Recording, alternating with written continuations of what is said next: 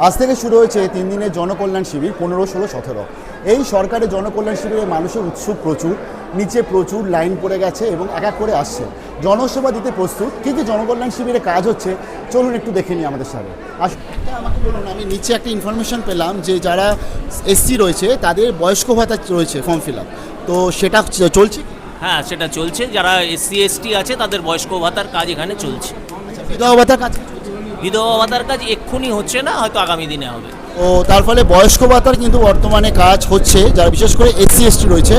বিধবা ভাতার কিন্তু কাজ এখনো শুরু হয়নি, বাট সেটা পরবর্তীতে আপডেট চলে আসবে।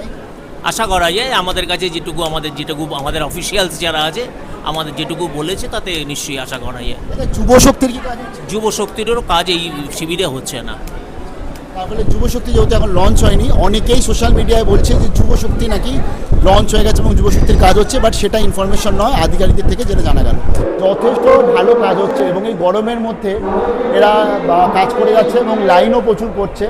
আর একটা ব্যাপার হচ্ছে বয়স্ক ভাতা বা আজকে বিধবা ভাতার ক্ষেত্রে কিন্তু যারা মানে বার্ধক্য ভাতার ক্ষেত্রে যারা এসসি এসটি কমিউনিটি আছে তাদেরকে সুযোগ দিচ্ছে এখন, জেনারেলদের এখন সুযোগ শুরু হয়নি। তাই জেনারেল যারা কাজ রয়েছে তাদের বলবে একটু ধৈর্য ধরতে হবে। অফিসিয়াল আপডেট চলে এলে আমরা তোমাদেরকে শেয়ার করে দেবো, তখন তোমরা এসে এখানে আবেদন করে নিও। বর্তমানে আবেদন হচ্ছে না।